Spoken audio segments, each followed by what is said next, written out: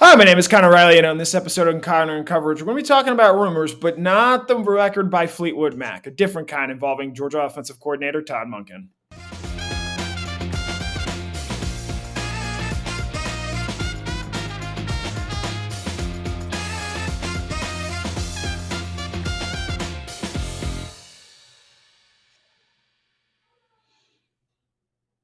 Hello, everyone. Welcome into another edition of Connor and Coverage here tonight. It is Sunday night. The Chiefs and Bengals are playing right now. Chiefs lead 6-3. The Philadelphia Eagles punched their ticket to the Super Bowl earlier this afternoon, winning 31-7 over the San Francisco 49ers. But we are going to talk here. We'll get to players in the NFL, and a couple guys are going to be in the Super Bowl for Georgia and what that means a little bit later on tonight. But we're going to open up talking about Todd Monken. I think that's probably the biggest news story worth following for Georgia this week. And I say that even knowing that National Signing Day is on Wednesday. Deuce Robinson, Walker Lyons, two top targets that are set to announce their decisions that day. We'll get into that a little bit here as well. We'll also touch a little bit on Stetson Bennett, as I'm sure you know by now, arrested this morning in Dallas on public intoxication charges. I don't want to blow this into a big thing, but it's something to watch and monitor, especially as he tries to, become drafted and selected as an NFL quarterback. We'll get into that, keep that brief, and then obviously answer any thoughts, questions, comments you guys might have. So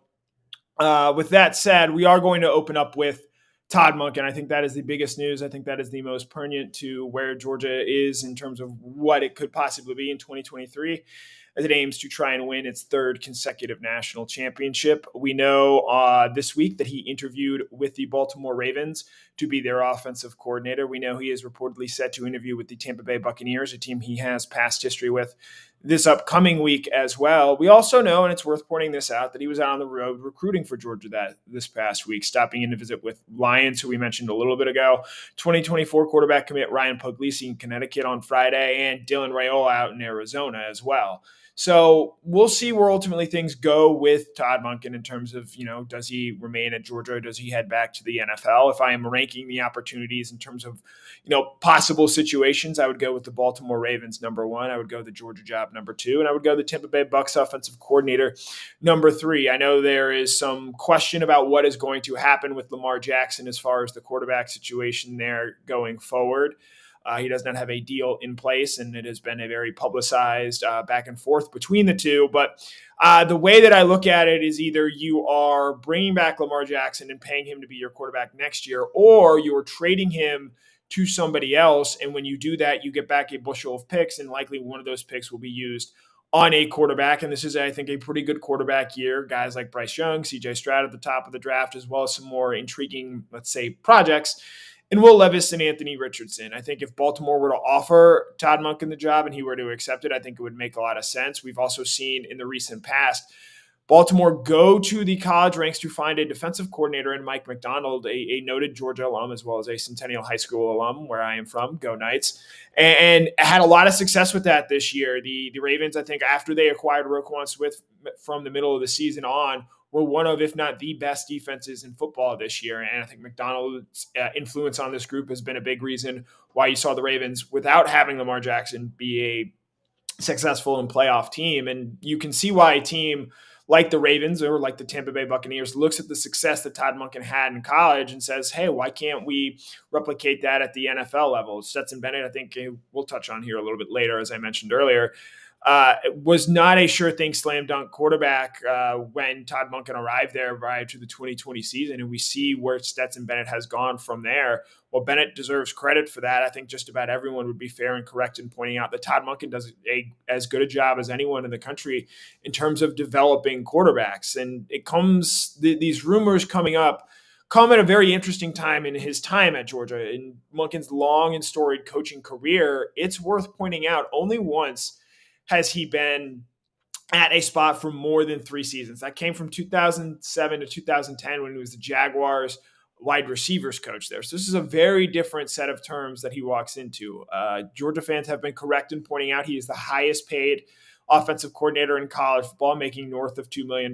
Most offensive coordinators in the NFL do not make that kind of money, though most of this is kept wrapped up as these are private companies, and thus you don't necessarily know the coaching figures down to the dollars and cents, but enough people have reported on this to where I feel comfortable saying Todd Monken making $2 million a year would be on the high end in terms of what he is paid as an NFL offensive coordinator. So I've got a story on this coming tomorrow morning, which you can check out on DawgNation.com.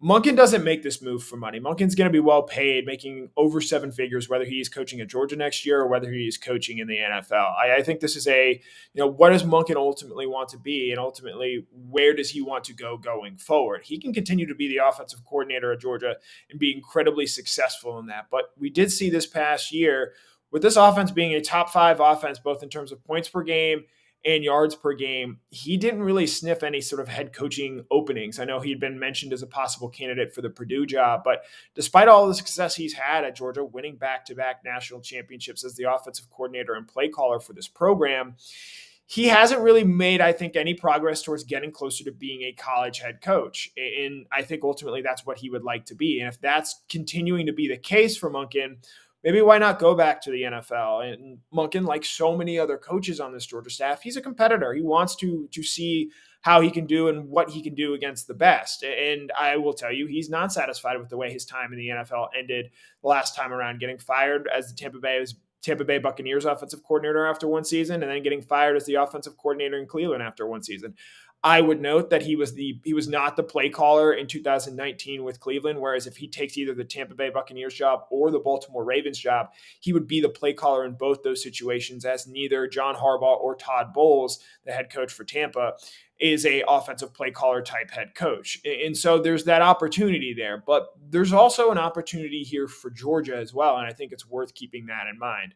Look, Todd Monken's going to be gone at some point, whether it's next week, next year, whenever that might be. At some point, Georgia is going to have to replace Todd Monken as the offensive coordinator. And, we've seen Kirby Smart do this pretty frequently throughout his time as the head coach. If I have the math right here, he has had to replace 5 coordinators, either on the offensive or defensive side of the ball, in his 7 seasons as the head coach at Georgia. And all but one of those came because the previous coordinator left for a better job. That would be James Coley in 2019, who he went out and then grabbed Monken. And it's worth going back, as hot a commodity as Todd Monken is right now. He was not that in the 2020 offseason cycle. He was not some big name that Georgia, wow, that's a huge hire for them going out to make. I'll say Clemson hiring TCU offensive coordinator Garrett Riley. This was a sort of a move that I think real football heads saw, this is impressive. Monken, he's a guy with past college experience, but he's also a very distinguished play caller, and it's worked out beautifully for Georgia. Kirby's at some point going to have to hire another offensive coordinator again. And I think with what we've seen so far from Smart, look, it would have been very easy to just roll James Coley after the 2019 season over to another year and say, hey, look, we were really young at wide receiver that year. I think that makes up for some of the struggles that we saw that team take. But Kirby Smart said, no, we've got to make changes. We have to be better on the offensive side of the ball. And he went out and brought in Todd Monken, despite the recruiting abilities that James Coley brought into this team. And I think you've sort of seen in recent years, look, Georgia's going to recruit incredibly well on a year-in, year-out basis. They don't need to grab the Alabama level class, say the Texas A&M level class that the Aggies signed last year, to have really good, really talented players on offense. And I think you've even seen with the benefit of Monken, if you have an elite play caller who can scheme some things up, you don't necessarily need the greatest athletes in the world out there. Consider that Ladd McConkey and A.D. Mitchell, 2 guys who made big catches in the last 2 national championship games for Georgia. Neither one of them were a 4-star blue chip recruit. Even Brock Bowers, per se, I think while yes, he's an incredible athlete and was a 4-star recruit and had California had a chance to play college football in his final season there as a high schooler, would have been a top 100 recruit. I think you see with him, Monken unlocking the most potent version of Bowers these past 2 seasons. And that's where I think the ability of having a truly great and gifted play caller like Todd Monken is and has been for Georgia really stands out. So at some point, Kirby Smart's going to have to make another offensive coordinator hire. It might not be this season. Todd Monken may very well end up staying around. But I think we've seen the value in Monken, and we've also seen Kirby see the value in that. And I expect that to continue going forward. There's obviously going to be a lot of talk and chatter about who possibly replaces him. Mike Bobo is a name that's going to get mentioned a lot, and I'm sure that's going to be incredibly divisive given his past tenure as the Georgia offensive coordinator, where in his last year he did conduct an offense that averaged 42 points a game. Brian McClendon is a name to know there as well. But Kirby's also going to look at the NFL level, and I think you're seeing that more and more. You see Alabama go out and hire Brian Daboll to be the offensive coordinator. After Steve Sarkisian was the offensive coordinator of the Atlanta Falcons, where it didn't exactly go great, Nick Saban felt no issue going in and bringing him in from the offensive ranks. I know Joe Brady is a name that has gotten mentioned a lot as an offensive coordinator possibility there in Alabama this time around. I think for Georgia, maybe you look at a guy like Thomas Brown. While Brown doesn't have any play calling experience at the NFL level, he does have a lot of familiarity in that Sean McVay system. And I think he might be someone who, with NFL ties, would be looking to see sort of a bump up. It is worth noting, though, that in addition to being the offensive coordinator, Monken is also the quarterback's coach. So presumably you're looking to get both a quarterback's coach and an offensive coordinator here. Buster Faulkner is a name to know, especially given he was with the staff for the past couple of years, worked very closely with Stetson Bennett. And while, yes, he is the offensive coordinator at Georgia Tech, we saw just last offseason, Brian McClendon was set to be the wide receivers coach at Miami before Georgia was ultimately able to hire him away. So just because Buster Faulkner has taken one job does not necessarily mean that he will be removed as a candidate from being Georgia's next potential offensive coordinator. So that's sort of wrapping things up there on Todd Monken, talking about it off the top of the show. Again, it's going to be something to watch and monitor over the course of, say, the next week, the next 2 weeks. He has interviewed for, I believe, 2 of the now 7 open offensive coordinator vacancies in the NFL. You know, Los Angeles is still trying to figure out what they're trying to do. That's probably the most, I would say, attractive option right now with Justin Herbert still under contract. But it's going to be interesting, especially under the sort of shadow of National Signing Day, which is this week. But I'd point out as well, and I think most plugged-in Georgia fans know this, Todd Monken is not a difference maker when it comes to recruiting. And so the impact there is marginal at best. I think really where you're going to see the potential loss of Monken is just he was such a great schematic designer in getting things open and making big plays and really helping this offense grow and evolve to where it can be a top 5 unquestioned offense in college football. Next up, a little bit of a downer. Stetson Bennett was arrested this morning in Dallas on charges of public intoxication. You can read about it on DawgNation.com. Mike Griffith wrote that story up. Drew a lot of interest, obviously a lot of jokes. Some of them TCU fans were probably felt like they were being harassed once again after what Bennett did to them in the national championship game. Bennett was still out celebrating the national championship game. A lot of jokes being had at Bennett's expense, which is what happens when you are arrested and you have the high-profile nature that Bennett tends to have. And I'm not going to be too scandalized by this. I know there are some snotty people out there saying he should be down at the Senior Bowl, trying to prove he's worthy of being an NFL quarterback. Quite frankly, there's some of the stuff going on with the Senior Bowl and whether or not guys are going invited or competing and how that is labeled and handled. I think it's a little bit of a PR spin. Personally, when it comes to Stetson Bennett and the Senior Bowl, look, I think it's pretty well known that the Senior Bowl was trying to court Will Levis, and if Levis didn't get that offer, they were going to offer it to Stetson Bennett. While, yes, Levis is seen as a better NFL prospect, Stetson Bennett is no consolation prize, given what he had just done at the collegiate level, given that he was a Heisman Trophy finalist, given that he's the back-to-back starting quarterback for the national championship team. So I don't blame him for saying, hey, I know you guys strung me along and I was a backup option. I'm going to go choose to train elsewhere and not participate in the Senior Bowl. And it's not a great quarterback class in the Senior Bowl this year. There was, in my opinion, not a first or second round quarterback out there. And so it'll be interesting to sort of see what comes out of that. Georgia is well represented down there in Mobile this week. Chris Smith, the safety, I think, who with a strong week can firmly play himself into being a second-round pick. Kenny McIntosh is going to have a chance to really impress down there this week, especially, I think, as a pass catcher and what he might potentially be able to bring to NFL teams there. Jack Podlesny is down there. It's really tough for kickers to get drafted, but you can impress teams in interviews and show teams what you're capable of doing, and I think that can help potentially set him up to have an NFL career here. And one last little bit here on Stetson. While, I'm not scandalized by this public intoxication arrest, there are much worse things that you could be arrested for. This is something he can't afford to have happening. There have already been questions about, well, how dedicated is he, to the game of football and bettering himself, because it is no longer just a game you're playing for fun. It is a full lifestyle level commitment at the NFL level. And yes, I know he's led a college team and that's very big, but these are billion-dollar companies that guys like Joe Burrow and Patrick Mahomes are leading. And look, Stetson, I think, is still very worthy of being drafted. I think he's going to end up being drafted. But he's not being drafted to be a starter. He's not being drafted to come in and play right away. He's being drafted to be a backup and maybe a guy you can develop into. And ultimately, in the event that you need him to come in there and play in a pinch, he can absolutely come in and do that. You look just this afternoon at the value of that as the San Francisco 49ers were down to their fourth-string quarterback in Josh Johnson. And I know he leaves the game with an injury, but even with what I saw from a limited Brock Purdy, it was still better than I think what we saw with Josh Johnson. So there's real value in having a quality NFL backup. And I think you're going to continue to see that as this game continues to be more physical and we see the effects of a 17-game season. But if you're a backup quarterback, there's a reason you don't know who the backup quarterback is for the Bengals. There's a reason you didn't know until today that Josh Johnson was the backup quarterback. And while, yes, part of that is because they're not playing, part of it is also because they're not making off-field distractions. And while I'm hesitant to throw that out there, if you're Stetson Bennett, you can't be making these kind of headlines. And he knows that going forward. And I expect this to be a one-off thing and have him reel it in. But this is just the sort of thing where when you're trying to impress NFL decision makers, this is not something you can really afford to have on your resume there. And look, he's not the first 25-year-old to be out drinking in public past 4 a.m. or whenever.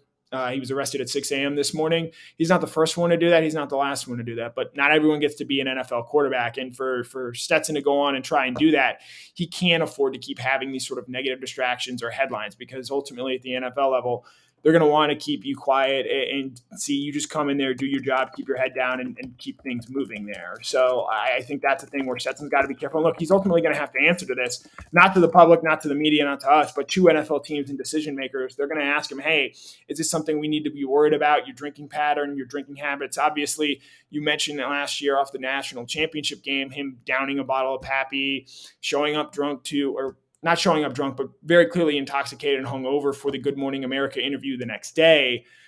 These are sort of signs of a pattern that if you're an NFL team, I'm not necessarily sure you want to invest in and become a part of your franchise. And so that's something that Stetson's going to have to answer for. And ultimately, I think show that this is not indicative of who he is and what he is as a football player and what he can possibly bring to a team. So, a little bit of a downer there, touching on the big news of today, I would say, in Stetson Bennett. But it's still a pretty big week for Georgia this week.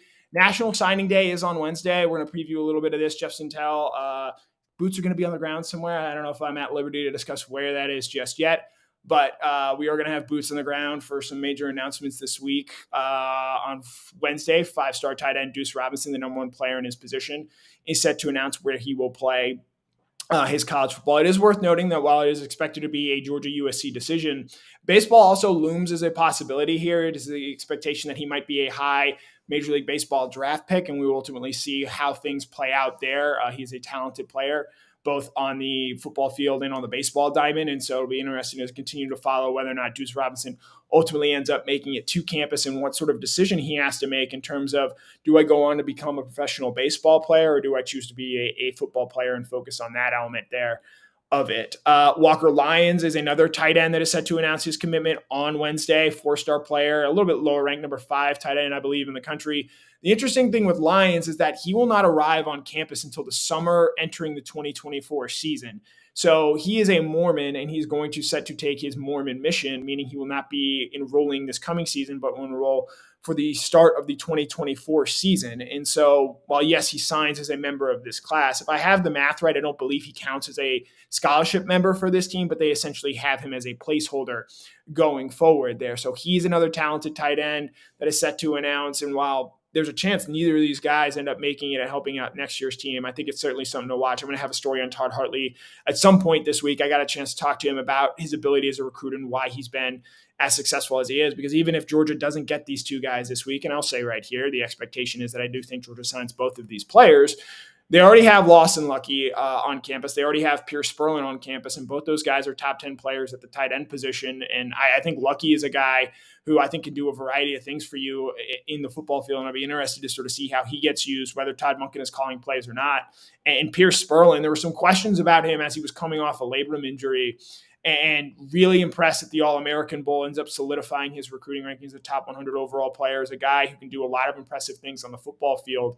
And look, this tight end room is really young. And while, yes, they bring Brock Bowers back, and he's the best tight end in the country, undoubtedly, in my opinion, there's going to be opportunities there behind him. And Oscar Delp, they're going to be interested to see how he develops because he's not the same player that Darnell Washington is. No one is. There just aren't 6'7", 280-pound players roaming the earth for you to find multiple versions of that. And he's a little bit different. He's probably a little bit better as a pass catcher, as a route runner, but he's also not nearly the blocker is. And that's not a knock against Delp as a blocker. It's just there's a reason Darnell Washington, at his size, his frame, and what he brings is a potential first-round pick. And his blocking ability is a big reason for that. So it'll be interesting next season to see whether Monken's the offensive coordinator or not, how often Georgia goes to those two tight end sets, because I do think they're better set up at wide receiver next season. Just one, on pure depth, they have 13 wide receivers compared to 11 last year. But you bring back a lot of veterans in that room, in addition to bringing in guys like Dominic Lovett and Ra Thomas there. So National Signing Day is Wednesday. I expect Georgia to have some more fireworks.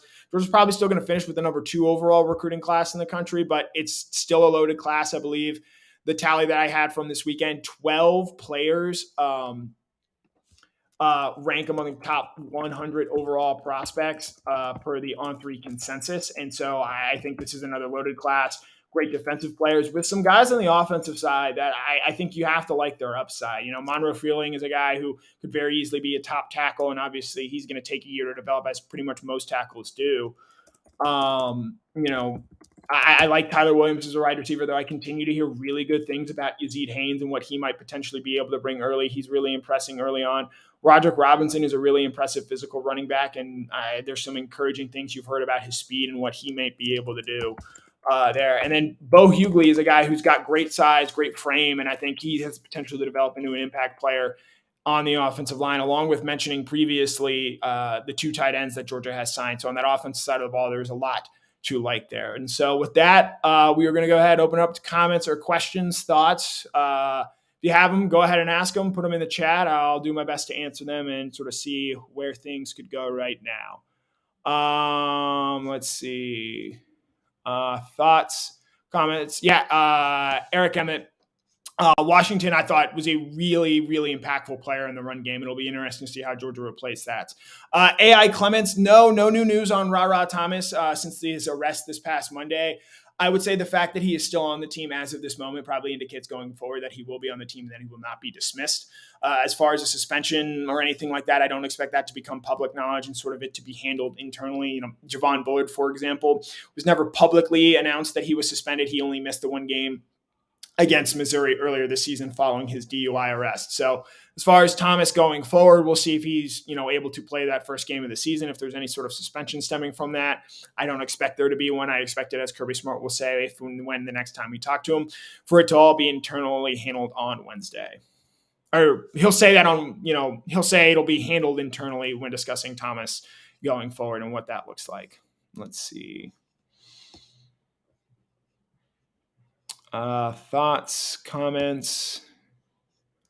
Brian Kephart, this is a really good question.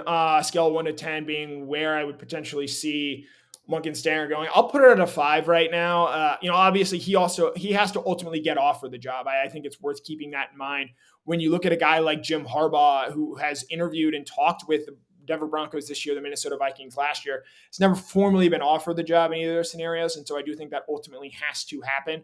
There are also a lot of other attractive offensive coordinator candidates out there. Just before we go on here tonight, Kellen Moore announced he's been fired by the Dallas Cowboys. And I know their season didn't go the way they wanted it to, but I think he's someone that could certainly garner offensive coordinator capabilities. Zach Robinson, I believe, is quarterback's coach, I believe, for either the Rams or the Chargers. I believe it's the Rams, is a guy that could potentially be an offensive coordinator. There are a lot of interesting options out there to be had. Greg Roman, the former offensive coordinator in Baltimore, I think teams would be willing to give him a look given those circumstances of the way things ended there in Baltimore. So there are a lot of attractive, I think, offensive coordinator options out there, and Todd Monken is absolutely one of them. And it's fair to point out that people in the comment section have done so, that he is taking these interviews. And while I don't necessarily see that as a downside, I think if there's someone that wants to interview, you should always potentially do it, just to gain the experience. And then if they ultimately make an offer and it's a job that he feels is attractive enough worth leaving, he can do so. But it'll be interesting to sort of see how it plays out. So Donnie Wilkerson, where do I see Stetson Bennett getting drafted? Well, the events of this week don't help that, but I could see maybe a 5th round grade. It'll be interesting to see, just given, again, Tyler Huntley was an undrafted free agent who started for the Baltimore Ravens in a playoff game. Skylar Thompson was an undrafted free agent for the Miami Dolphins who had to start a playoff game. You saw Josh Johnson come in today for Brock Purdy, who was a 7th-round draft pick in this last year's NFL draft. I start to wonder as we see more and more quarterbacks struggle to get through these seasons healthy. Even Jalen Hurts is dealing with an injury right now, and Patrick Mahomes has been dealing with an ankle injury. I wonder if teams start to value these backup quarterbacks more, especially with some of those late round picks. So I do think that potentially helps Stetson Bennett and his ability to get drafted. And, we've seen that he's a guy who, can come in and play a backup role. You saw him do it against UAB in 2021, and where he had sort of a week to come in, and he played really well in those games. And so I do think that is an enticing upside to Bennett. And quite frankly, I know size is a concern, but look, they're big. Like Trey Lance got hurt and suffered a season-ending injury. At a certain point, there's just dangers that come with playing the quarterback position. So the size element doesn't bother me nearly as much. And I think you look at some success guys like a Case Keenum or a Tyler Heineke, guys who are not plus-size athletes, but have been able to stick around in the NFL. And I think Stetson Bennett has an archetype that he can potentially follow there. It'll be ultimately interesting to see where he ends up. Yes, this is a good comment. Bring up. Sorry, I'm not going to be able to pronounce your name, but Elias Robinson, a 5-star cornerback. He is set to announce his commitment on Wednesday as well, rather. 5-star number 1 overall cornerback in the 2024 recruiting class. A lot of people expect him to ultimately end up at Georgia. I will note Georgia also gains a commitment last night. Dwight Phillips Jr. From Mableton, Georgia, plays for Pebblebrook High School. The son of the former gold winner in the long jump, Dwight Phillips, very fast running back prospect, top 100 overall prospect. Georgia continues to add to their 2024 class as well there, especially on the offensive side of the ball. They're really putting together a promising build there. This is another good question. I mentioned Kellen Moore a little bit ago. I would not be surprised in the slightest if Kirby once again looks to the NFL level to try and bring in an offensive coordinator there. And while, yes, you can look in Kentucky in the last 2 seasons to see the pros and cons of that, the pro side, I think, being Liam Cohen, who is now back at Kentucky as their offensive coordinator, and the downside, Richie Spagnuolo, who came over from San Francisco this year and really did not help that offense anyway in particular. I think Kellen Moore would be an interesting hire. I think he did some really good things with that Dallas offense. And look, Kellen Moore is not the reason that the Cowboys weren't playing today. I mean, they just lost to a really good 49ers team. So I think that is something worth watching going forward there as well.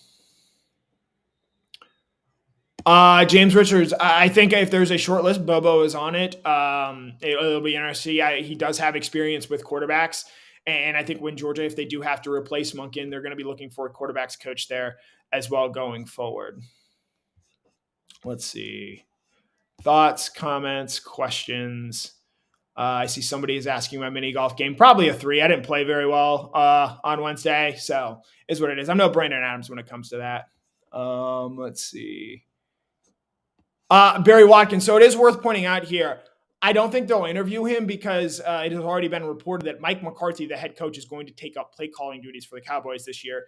And I don't believe that Todd Monken would leave to go be an offensive coordinator that didn't have play calling capabilities at the NFL level. That's why when you look at, the Ravens job, the Bucs job, he would be the play caller there as well.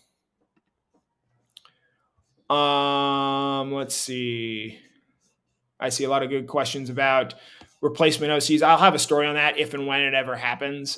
Just know that I've already got an internal list going there. And this is a good point here as well. Woodland Revivals brings up on YouTube. Joe Brady's made no indication he wants to come back and play at college. And right now, he is the quarterback's coach for the Buffalo Bills, working with Josh Allen. I imagine it's a pretty nice gig. And ultimately, I think he wants to remain in the NFL and be an NFL offensive coordinator. I know Alabama fans have pushed hard for him to come there. But, I mean, look, it's not just Joe Burrow and the success that Joe Burrow had at LSU. He also had Jamar Chase and Justin Jefferson, who, in my opinion, right now are the number 1 and number 2 wide receivers in the NFL. Maybe you can put Cooper Kupp in there as well, though he might be more scheme than player personality. And again, I think Joe Brady has had opportunities to come back to the college game, and he has very much elected not to do so. Daniel Aldrich, I do think that there is a world where Brock beats out Carson. Carson would have to struggle and take some steps back, and Brock would have to play really well. But I'd also point out here as well, yes, I've come here and said that Carson Beck is the favorite to be the starter for next year for this Georgia team.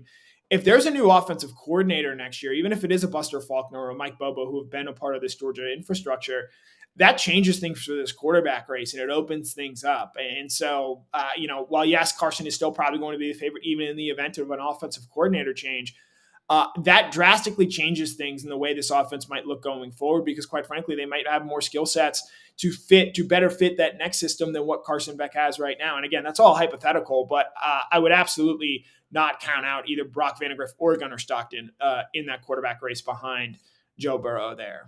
Let's see. Thoughts, comments, questions. We'll maybe go a few minutes here.